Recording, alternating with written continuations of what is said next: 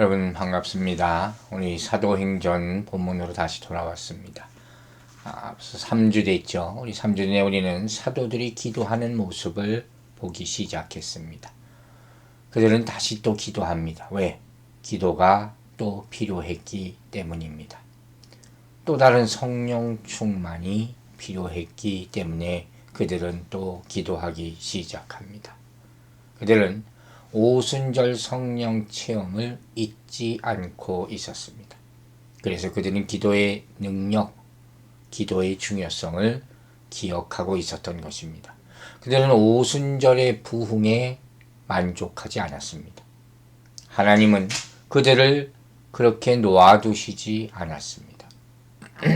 그들은 바로 방금 전에 산헤드린 공회 앞에서 재판을 받았고 죽기 일보 직전까지 돌아온 상태의 사람들이었어요. 이 상황에서 무엇을 하겠습니까?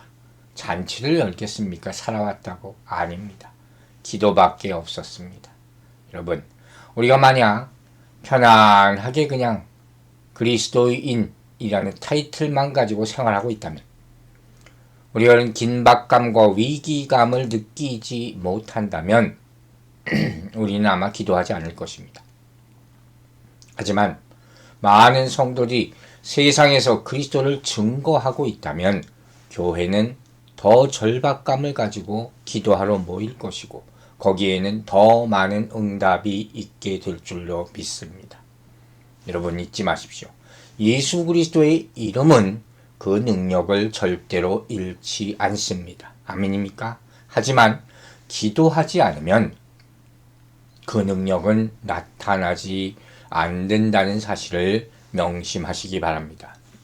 자, 그렇다면 우리 사도들은 어떻게 기도했습니까?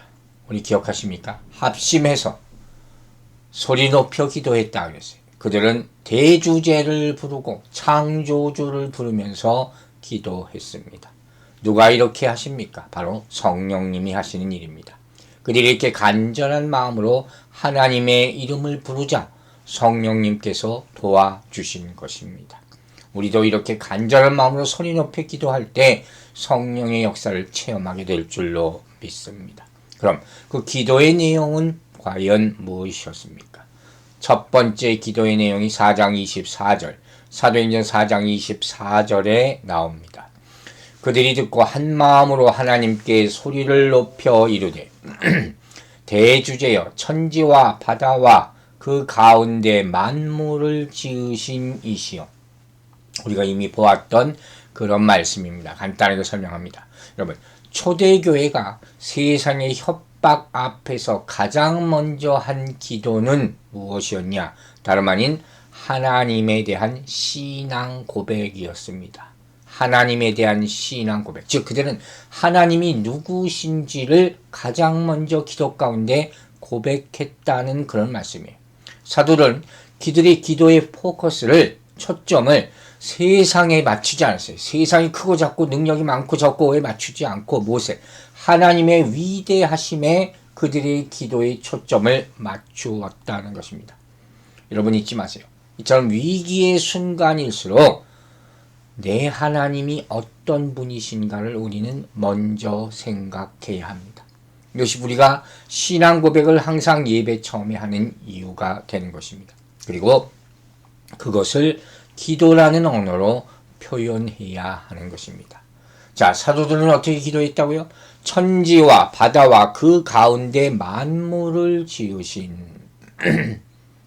어떤 하나님입니까? 창조주 하나님을 찬양하며 기도합니다. 사도신경 처음에도 어떻게 나와 있습니까? 전능하사 천지를 만드신 하나님 아버지를 내가 믿사오며 우리의 믿는 바의 고백이라고 했어요. 또 하나님은 어떤 분이시라고 고백합니까? 대주제이시다 하는 거예요. 즉 하나님이 세상과 우리 인생의 주인이심을 믿는 고백을 하는 것입니다. 여러분이 믿습니까? 여러분이 특별히 핍박받을 때, 고난 가운데 있을 때 절대 주권을 가지신 주님을 잊지 마시기 바랍니다. 자, 이와 같이 교회는 고난 중에도 하나님이 주인 되심을 선포할 수 있는 능력을 항상 간구하고 있어야 됩니다. 왜냐하면 그 능력만이 개인과 교회를 지킬 수 있기 때문입니다. 두 번째, 그들의 첫 번째가 하나님을 향한 기도였다면 두 번째는 무엇을 기도했겠습니까? 자, 사도행전 4장 25절, 26절 계속 보겠습니다. 또 주의 종 우리 조상 다윗의 입을 통하여 성령으로 말씀하시기를 어찌하여 열방이 분노하며 족속들이 허사를 경영하였는고 세상의 군왕들이 나서며 관리들이 함께 모여 주와 그의 그리스도를 대적하도다. 조금 엉뚱한 말씀이 나옵니다. 자, 이들의 기도는 하나님의 말씀에 기초하고 있었습니다. 우리는 이걸 먼저 파악할 수가 있습니다. 그들은 구약의 본문을 인용하는데 바로 시편 2편을 인용합니다. 자, 시편 2편 1절과 2절 말씀입니다. 어찌하여 이방 나라들이 분노하며 민족들이 헛된 일을 꾸미는가? 세상의 군왕들이 나서며 관원들이 서로 꾀하여 여호와와 그의 기름 부은 받은 자들을 대적하며, 그 말씀과 거의 동일한 말씀을 사도들이 지금 기도 가운데 말하고 있는 것이에요. 여러분 잘 들으세요. 말씀과 기도는 언제나 병행해야 됩니다. 제가 자주 얘기하는 말씀입니다. 요한복음 15장 7절에 주님께서 이렇게 말씀하셨어요. 너희가 내 안에 거하고 내 말이 너희 안에 거하면 무엇이든지 원하는 대로 구하라. 그리하면 이루리라. 아멘입니까? 여러분, 하나님께서는 말씀 안에서 우리에게 얘기하십니다. 그리고 그분이 원하신 바를 우리에게 말씀해 주심을 잊지 마시기 바랍니다. 자, 근데 여기서 질문을 한 가지 하게 됩니다. 사도들은 어떻게 이 말씀을 떠올렸을까요? 저는 이런 게 항상 궁금합니다. 답은 나와 있죠. 바로 성령이 교통하게 하시기 때문입니다. 여러분, 성령은 구약과 신약을, 과거와 오늘의 이야기를 연결시켜주는 통로가 된다 하는 것입니다. 그러므로 여러분, 하나님과 교통하기를 원하시면 성령의 영감으로 기록된 이 말씀을 읽으시기 바랍니다. 성령으로 기도하면 성령께서 기도의 언어를 주시고 또한 말씀을 주실 줄로 믿습니다. 즉, 사도들이 이때 인식했던 하나님은, 기도했던 하나님은 성령으로 미리 말씀하신 하나님이셨습니다. 그 하나님의 말씀이 여러분의 기도 가운데도 항상 생각나게 되기를 주의 이름으로 축원합니다. 자, 그렇다면 그 내용이 구체적으로 무엇이었을까요? 바로 여러분 사도행전 4장 25절, 26절의 핵심은 뭐냐면 26절 끝에 나와 있어요. 바로 그리스도를 대적하도다 하는 그런 말씀이에요. 즉, 사도들의 두 번째 기도 내용은 핍박에 대한 신앙 고백이었다 하는 것입니다. 첫 번째 기도 내용이 뭐라고요? 하나님에 대한 신앙 고백.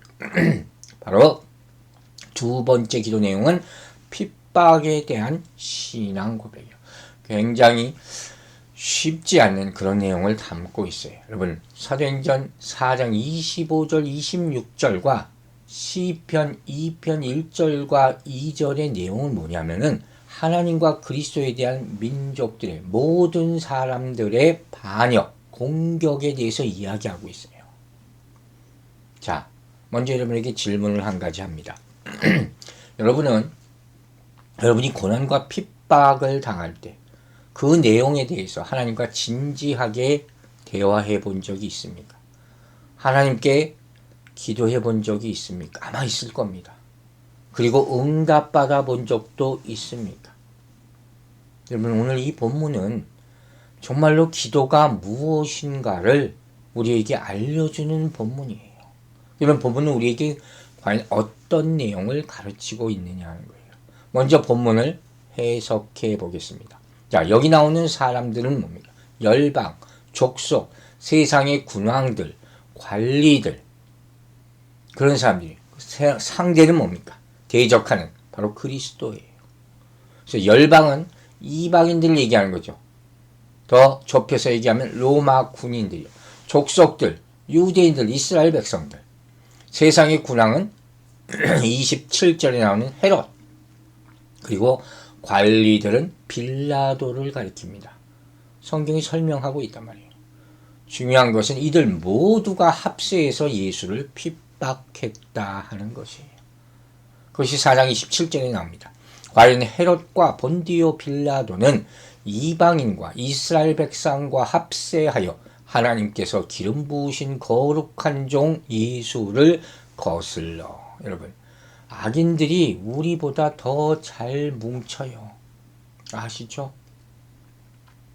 근데 25절은 이방인들이 분노했다 그러고 유대인들은 허사를 경영했다 이렇게 표현합니다. 이 말씀은 분노했다. 이방인들은 죄 가운데 날뛰면서 예수에 대해서 분노하고 예수를 죽이려고 막 했었다는 거죠. 유대인들은 허사를 경영했다 뭡니까? 이건 하나님이 없는 상태, 허망한 상태로 있었다는 거예요. 하나님이 없으니까 공허하고 허망한 상태로 사는 것이고 의미 없는 것을 마음속에 품고 있었다. 즉 예수 그리스도 이외에 다른 것을 품고 살았다는 것이 유대인들이 이방인뿐만 아니라 다른 것을 품으면 뭘 품습니까? 결국 우상을 만들게 되는 것이고 결국 하나님을 대적하게 되는 것이 바로 이 내용이란 말이에요. 그러므로 이 예언은 예수님이 이방인들뿐만 아니라 자기 백성들에게도 거부당하실 것을 암시하는 그런 내용이에요. 이게 바로 시편 2편 1절과 2절의 내용이고 바로 25절 26절 사도행전 4장 25절 26절에 27절까지의 내용이란 말이에요. 자, 그러면 여기서 이제 봅시다. 이들은 왜 시편 2편을 인용을 했을까요? 왜 이런 예수 그리스도를 핍박하는 내용을 지금 사도들이 기도 가운데 인용했을 거냐는 거예요. 왜? 바로 지금 자신들의 상황에 이 말씀을 적용하고 있는 거예요. 즉, 이것은 지금 벌어지고 있는 사도들에 대한 박해, 핍박은 이미 하나님이 다윗을 통해서 예언하셨던 예수 그리스도에 대한 핍박과 연속선상에 있다 하는 것을 이들은 지금 깨닫고 그것을 모든 사람들에게 입증하고 보여주고 있다는 거예요. 즉 다시 바꿔 말하면 시편 2편의 상황이 지금 현실이 되어 있어요. 그들이 당한 핍박, 그 시대에 당한 핍박이 오늘 나의 핍박, 그들이 핍박이 되고 있었다는 거예요. 그래서 이들은 시편 2편을 인용함으로 자기들이 핍박받고 있는 이유를 우리가 알고 있다.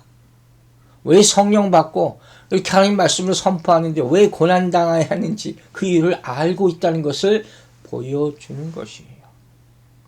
즉, 이 시편에 묘사되어 있는 사람들의 반응이라는 것이 그때뿐만 아니라 시대를 막론하고 온 인류가 온 세대에 하나님께 대하여 보여주고 있는 태도로 똑같았다는 거예요. 즉 모든 사람이 하나님을 대적하고 있다. 그것을 사도들도 이제 깨닫게 되고 기도 가운데 하나님께 고하고 있고 세상에 선포하고 있는 것이. 로마서 3장 10절은 이 모습을 뭐라고 표현합니까? 의인은 없나니 하나도 없다. 이렇게 얘기하고 있는 거예요. 깨닫는 자도 없고 하나님을 찾는 자도 없다. 이것이 세상의 모습이라 하는 것이. 자, 중요한 것은 이제 우리죠. 이들이 이렇게 상황을 깨달았어요. 이처럼 우리도 말씀 안에서 지금의 상황을 깨닫고 말씀으로 우리의 현 상황을 증명할 수가 있어야 한다는 것입니다. 여러분 무슨 말인지 아시겠습니까? 초대교회 사도들은 현재 지금 그들이 당하는 핍박을 다윗의 예언 속에서 시편 2편을 통해서 해석했어요. 즉 현실을 말씀 속에서 바라보고 찾았던 거예요. 현실에서 일어나는 모든 핍박과 불합리와 또 두려운 사건도 하나님의 말씀이 실현된 것으로 받아들이고 인정했다 하는 것이 이건 놀라운 일이죠. 여러분 이게 어떻게 가능한지 아시겠습니까? 이것은 말씀을 우리가 무엇보다도 온전히 알아야 돼요. 올바로 알아야 돼요. 말씀을 모르면 어떻게 말씀에 대입해서 현실을 바라볼 수가 있겠습니까? 그리고 그 말씀을 절대적으로 믿어야 되겠죠. 즉 성령의 도우심이 없으면 이와 같은 기도는 없다 하는 것이 할 수 없는 거예요. 그리고 오늘날 지금 현재 우리에게 중요한 메시지가 있습니다. 바로 사도들이 그랬다면 우리도 이 환난, 이 어려운 고난의 이유를 성경 안에서 찾고 해석해야 한다 하는 그 말씀이에요. 여러분, 세상이 어찌하여 이런 일이 일어났습니까? 모든 사람들이 이렇게 놀라고 근심할 때, 질문만 할 때, 당황만 할 때, 교회는 무슨 일을 해야 됩니까? 하나님의 말씀으로 이 세상을 이해하고 분별해야 될 줄로 믿습니다. 지금 이 코로나 바이러스로 말미암은 이런 사태에 대해서 누구도 아직 정확한 확실한 답을 주지 못해요. 정부도 대통령도 의학계도 마찬가지입니다. 아직 약 하나 제대로 나오지 못한 상황, 앞으로 어떻게 전개될지도 확실하지 못한 상황 가운데서 교회는 무엇을 해야 되느냐, 하나님의 말씀 가운데서 이거 답을 찾아야 된다는 거예요. 여러분, 코로나 바이러스 사태가 벌어졌을 때 세상은 기다렸다는 듯이 교회를 비난하기 시작했습니다. 이유는 물론 우리가 모이면 바이러스가 번진다는 거, 확산될 위험이 있다는 것이 오케이, 다 좋습니다. 자, 그럼 교회는 잠잠히만 있어야 됩니까? 어떻게 무엇을 해야 되느냐 하는 거예요. 먼저 무엇보다도 교회는 자체적으로 이 일을 해석할 수 있어야 합니다. 즉 기도하고 말씀을 받아야 할 줄로 믿습니다. 두 번째, 모일 때가 아니라면, 모이지 못한다면 흩어져서 세상이 이 일을 올바로 해석할 수 있도록 말씀을 묵상하고 선포해야 할 줄로 믿습니다. 그러한 일을 우리는 지금 해야 될 때라는 거예요. 또 한 가지, 우리는 이 핍박과 고난에 대해서 절대로 원망하지 말아야 됩니다. 절대로. 사람들이 벌써 불평하고 원망하기 시작했어요. 자, 저는 예를 스데반 집사의 순교의 장면에서 굉장히 극단적인 상황이지만 거기서 찾아보려고 합니다. 사도행전 7장 59절과 60절입니다. 그들이 돌로 스데반을 치니 스데반이 부르짖어 이르되 주 예수여 내 영혼을 파두옵소서 하고 무릎을 꿇고 크게 불러 이르되 주여 이 죄를 그들에게 돌리지 마옵소서, 이 말을 하고 자니라. 자, 스데반이 돌에 맞아 죽으면서 순교합니다. 그러나 이 가운데서 스데반은 그 얼굴이 천사의 얼굴과 같았다고 표현하지 않습니까? 요만큼의 원망과 불평의 말을 하지 않습니다. 그래도 될 사람임에도 불구하고 죄도 없잖아요. 그런데 이스라엘 보세요. 이스라엘은 출애굽한 후에 3일 만에 하나님을 원망하고 모세를 원망합니다. 결국 그 원망죄로 말미암아 가나안 땅에 들어가지 못했다고 성경은 보여주고 있습니다. 또 한 가지, 이 상황 가운데 우리가 꼭 알아야 되실, 조심해야 될 사실이 있습니다. 그것이 뭐냐? 바로 이러한 고난과 핍박을 죄의 대가로만 생각하지 단정짓지 말아야 한다는 것입니다. 여기서 우리는 고난의 의미를 한번 생각해 볼 필요가 있습니다. 어떤 사람은 이렇게 생각합니다. 고난당하는 것이, 내가 고난당하면, 저 사람이 고난당하면 다 죄야. 내가 잘못한 것이야. 다 내 죄 때문이고 저 사람 잘못 때문이고, 다 이렇게 정죄하는 것이에요. 이 너무 보편화가 돼 있어요. 그렇다면 여러분 생각해 봅시다. 우리가 고난 당하기 전에, 힘들기 전에, 그럼 우리가 건강하게 잘 살던 것은 그럼 우리가 의로웠기 때문입니까? 우리가 잘났기 때문입니까? 우리 믿음이 그렇게 좋았기 때문입니까?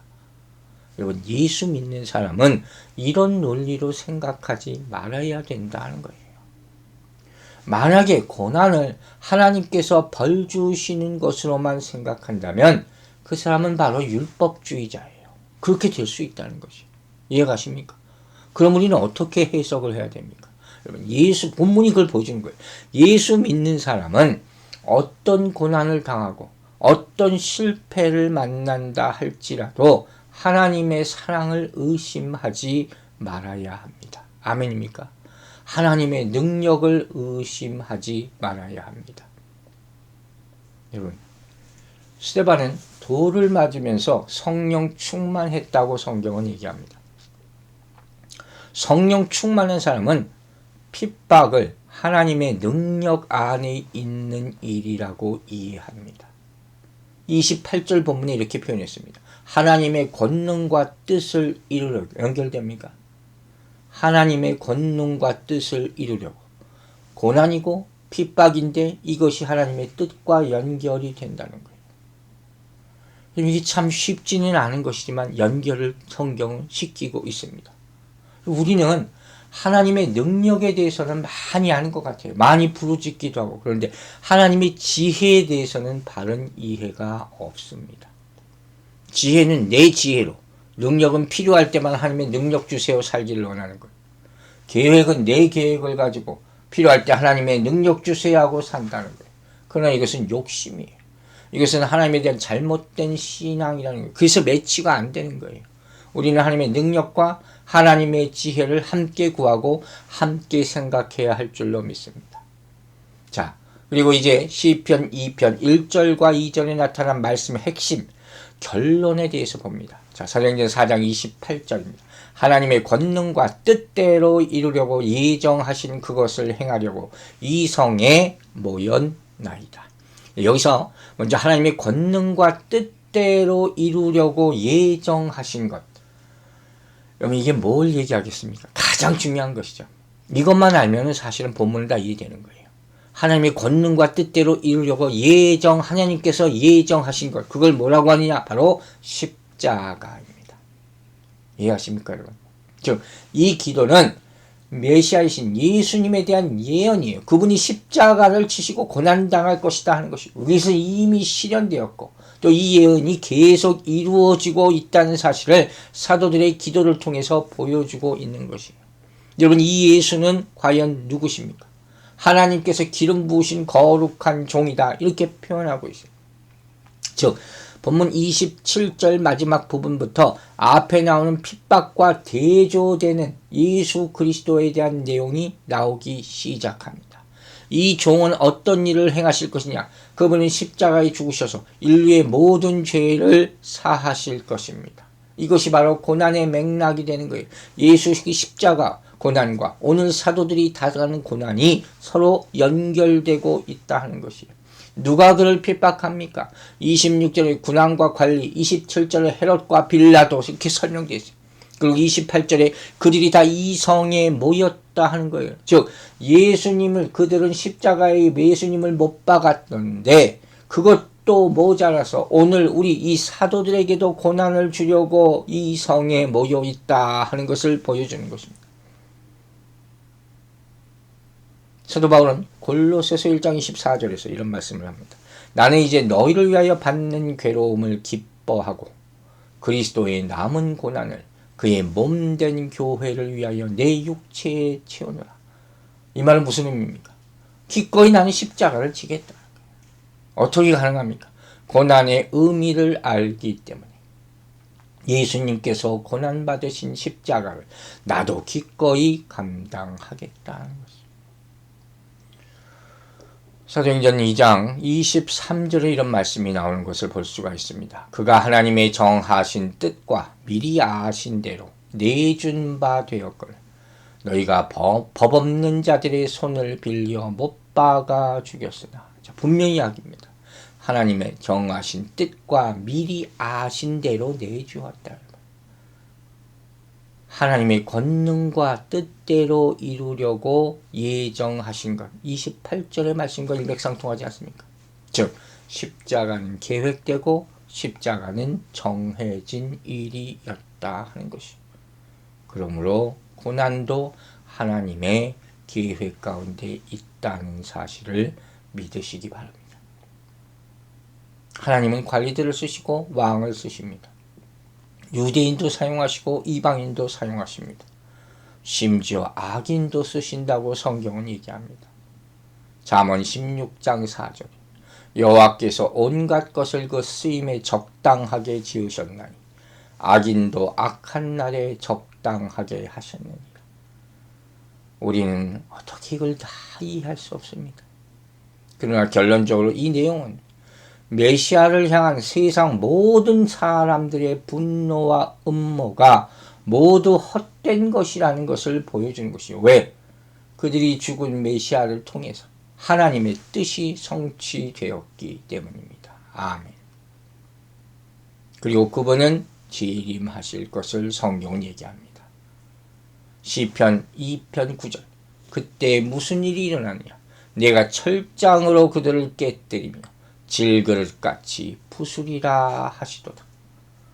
제가 10년 전에 기도원에서 받은 말씀인데 아직도 이루어지지 않고 있습니다. 저는 이 말씀을 계속 기약하면서 붙잡고 있습니다. 여러분, 주님은 군왕과 관원과 열방을 철장으로 다스릴 수 있는 분임을 믿으시기 바랍니다. 중요한 것은 사도들이 이 상황 가운데서 포기하지 않고 좌절하지 않고 예수를 생각했다 하는 것입니다. 정리하자면 이런 거예요. 그들은 핍박이 오자 기도했고, 기도하자 성령께서 통찰력을 주셔서 이 말씀을 떠올리게 하셨고, 이 말씀 가운데서 메시아를 발견하게 되고, 그분이 이 고난을 결국에는 해결해 주실 것을 믿고 이와 같이 기도하고 선포하는 것입니다. 그리고 그 결과 주와 그의 그리스도를 대적하는 세상의 군원과 관리들은 실패하게 될 것을 말하고 있는 것입니다. 그러므로 여러분, 우리도 이렇게 해야 된다는 거예요. 우리도 어떤 상황에서도 창조주여 대주제이신 하나님의 계획을 믿어야 될 것입니다. 그리고 그 믿음을 가지고 기도할 때 그 계획이 하나님의 계획, 반드시 실현될 것을 보게 될 줄로 믿으시기 바랍니다. 시편 2편 12절에 이런 말씀이 있습니다. 그의 아들에게 입맞추라. 그렇지 아니하면 진노하심으로 너희가 길에서 망하리니 그의 진노가 급하심이다. 여호와께 피하는 모든 사람은 다 복이 있도다. 여러분, 다윗은 아들에게 입맞추라고 말합니다. 그 아들에게 입맞추라. 무슨 얘기인지 아시겠습니까? 이 비밀이 아가서 1장 2절에 이렇게 표현되어 있습니다. 내게 입맞추기를 원하니 네 사랑이 포도주보다 나음이로구나. 입맞춘다는 것은 무엇입니까? 하나님의 말씀이 우리의 영과 접촉하는 것을 말합니다. 잊지 마시기 바랍니다. 하나님께서 말씀을 먹여주셔서 우리는 십자가의 은혜를 깨달을 수 있다 하는 것입니다. 자, 이제 세 번째로 사도들은 무엇을 기도합니까? 하나님에 대해서 기도하고 핍박에 대해서 기도하고, 세 번째 사명에 대한 신앙 고백이 이제 29절에 나옵니다. 자, 사도행전 4장 29절 말씀 읽겠습니다. 주여 이제도 그들의 위협함을 굽어 보시옵고 또 종들로 하여금 담대히 하나님의 말씀을 전하게 하여 주시오며. 여러분, 사도들은 단순히 자신들을 위협하는 그런 상황들을 하나님께서 이렇게 벗어나게 해달라고 그렇게 기도하지 않았어요. 이건 그 얘기가 아니에요. 오히려 어떻게 하면 이 상황 가운데서도 담대하게 하나님의 말씀을 전하게 해주십시오. 이렇게 기도하는 거예요. 즉 이들의 기도의 내용은 자신의 안위는 조금도 돌보지 않고 온전히 어디에? 사명에 집중되어 있어요. 사랑하는 여러분, 하나님은 우리가 사명에 집중하는 삶을 살기를 원하십니다. 손해볼 것을 각오하면서. 당연하겠죠. 여러분, 예수님에 대해서 당시 가장 많이 생각하고 연구하고 고민한 사람들이 누구겠습니까? 누굴 것 같아요? 사도들이죠. 제자들이죠. 그들은 궁금했을 거예요. 정말로. 점점 어느 시점에 이르기까지, 이 사도행전 오기까지 정말 궁금한 게 많았을 거예요. 하나님의 아들이 왜 이 땅에 오셨을까? 몰랐죠. 왜 십자가의 그분이 메시아가 죽어야 됐을까? 몰랐죠. 어떻게 다시 살아나셨을까? 왜 다시 살아나셨을까? 그런데 이제 압니다. 답은 하나. 뭡니까? 그것만이 우리를 구원해 줄 유일한 길이기 때문입니다. 아멘입니까? 이제 이 사실을 깨닫는 거예요. 성령의 도움으로 이제 깨닫게 된 것이에요. 그러므로 그 후부터는 어떤 핍박, 구원, 죽음이든 그들에게 전혀 위협이 되지 않았다 하는 말씀이에요. 그렇기 때문에 이런 상황 가운데서도 언제 죽을지 모르지만 자기들을 구해달라, 풀어달라, 평안하게 해달라 이런 기도를 하지 않았다는 거예요. 대신 자기들이 깨닫고 받은 메시지를 계속 전달할 능력을 주십시오. 이렇게 기도하는 거예요. 이게 기도요? 이게 설교는 거예요. 여러분, 이와 같이 초대교회는 오로지 살아계신 하나님의 말씀을 증거하는 데만 모든 소망을 두었다 하는 것입니다. 여러분, 하나님의 사람은 어떤 위기 가운데서도 사명에 집중하고 하나님의 영광에 몰두해야 될 줄로 믿습니다. 우리의 기도도 이렇게 변화되기를 바랍니다. 그럼 차원이 달라져야 된다 하는 것입니다. 사도들은 모이면 기도하고 흩어지면 복음 전했어요. 그들은 위기가 다가옴을 알면서도 그 느끼면서도 말씀 전하는 일을 절대로 멈추지 않았고 오히려 복음 전파의 기회가 되기를 기도한 것입니다. 우리도 지금이 기회임을 여러분 잊지 말고 말씀을 더욱 많이 선포하게 되기를 주의 이름으로 축원합니다. 그들은 왜 이렇게 생각했을까요? 정말로 그 이유가 뭘까요? 우리 인간들에게 정말 필요한 것은 임박한 진노에 대해서 심판으로부터 구원받는 것이라는 것을 깨달았기 때문이고 또 정말로 우리에게 중요한 것은 하나님과 화해하는 것이라는 것이고 다시 오실 주님을 만나기에 합당한 자로 준비하는 것이고 그분과 함께 영원한 영생 기쁨에 들어가는 것이라는 것을 알았기 때문이에요. 여러분 가족 구원을 위해서 힘쓰시기 바랍니다. 하나님의 말씀 계속 다른 사람들에게 보내시기 바랍니다. 오늘 우리가 사도행전을 보는 이유가 바로 여기에 있음을 깨닫게 되기를 주의 이름으로 축원합니다. 그리고 이때 그들에게 이 사도들이 말씀 전하는데 담대하게 전하는데 꼭 필요한 것이 있어요. 그들이 신앙과 믿음을 지키기 위해서 필요한 것. 그게 뭐였냐? 바로 4장 30절에 나옵니다.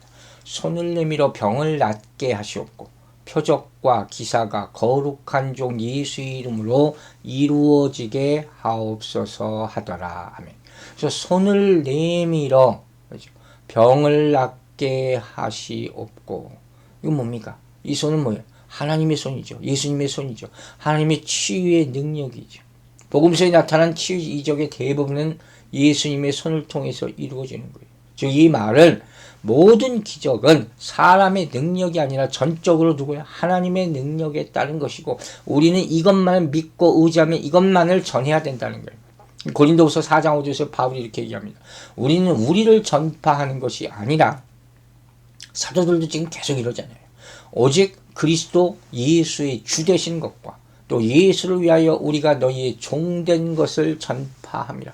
오로지 하나님의 영광을 또 얘기하고 있는 것이죠. 이들은 기도합니다. 하나님의 능력에 의지합니다. 그러면서 계속 하나님의 기사와 표적이 나타나기를 원했다는 거예요. 예수님의 이름으로 날 때부터 걷지 못하는 자가 일어나는 그런 치유의 기적을 보였잖아요. 이러한 표적과 기사가 계속 이루어지기를 그들은 기도했습니다. 여러분도 기도하시기 바랍니다. 사랑하는 여러분, 이런 기적과 표적은 세상을 향한 하나님의 긍휼의 표시라는 사실을 잊지 마시기 바랍니다. 우리가 기도를 중단하지 않는다면 예수 그리스도의 이름은 그 능력을 절대로 잃지 않게 될 줄로 믿습니다. 여러분 말씀을 정리합니다. 여러분 이들의 기도는 이 사도들의 기도는 가만히 앉아서 누가 아무가 어떻게 착하게 하게 해주세요. 누가 뭐 죄를 회개하게 해주세요. 어떤 사람이 변하게 해주세요. 이게 아니었어요. 그들의 기도는 세상이 내 맘대로 바뀌어지기를 바라는 그런 기도가 아니라 그 세상 안에서 내가 할 일이 무엇인지를 구하는 그런 기도였어요. 여러분 여기서 우리는 참된 기도가 무엇인가 하는 것에 대한 한 가지 정의를 얻게 됩니다. 참된 기도는 무엇입니까?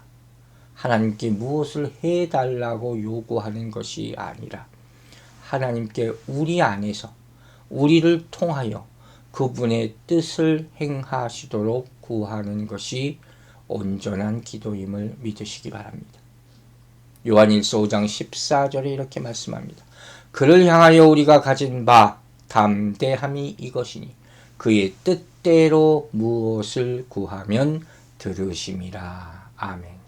여러분 이 말씀은 사람의 뜻이 하늘에서 이루어지는 것이 아니라 하나님의 뜻이 땅에서 이루어지도록 한다는 그런 말씀입니다. 그래야 되지 않겠습니까? 이제 말씀 마칩니다.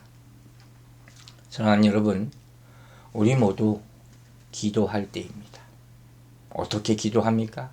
사도들처럼 하나님을 바라보고 경외하며 핍박 가운데서 하나님의 능력과 섭리와 뜻을 구하고 계속해서 이 사명을, 복음 전파의 사명을 감당하게 해달라고 기도하는 하나님의 진정한 제자, 예수 그리스도의 진정한 제자들이 되기를 주의 이름으로 축원합니다. 기도하겠습니다. 하나님 아버지 감사합니다. 우리가 오늘 이 말씀을 들으면서 우리 상황에 불평, 불만을 갖지 말게 하여 주시고 원망하지 말게 하여 주시고 하나님을 더욱더 바라보고 핍박을 주신 하나님의 의미를 생각하고 그 뜻을 구하게 하여 주시며 어떤 상황과 함께도 하나님께서는 계속해서 움직이고 일하고 계심을 깨달아 우리도 그분의 뜻을 믿고 순종하며 그분의 길을 따라가는 교회가 되게 하여 주시옵소서. 우리 성도들 어디 있든지 눈동자와 같이 지켜주시고 각자에게 있는 사명을 다시 깨달아 일어나 감당할 수 있도록 능력과 지혜와 표적과 기적을 베풀어 주시옵소서.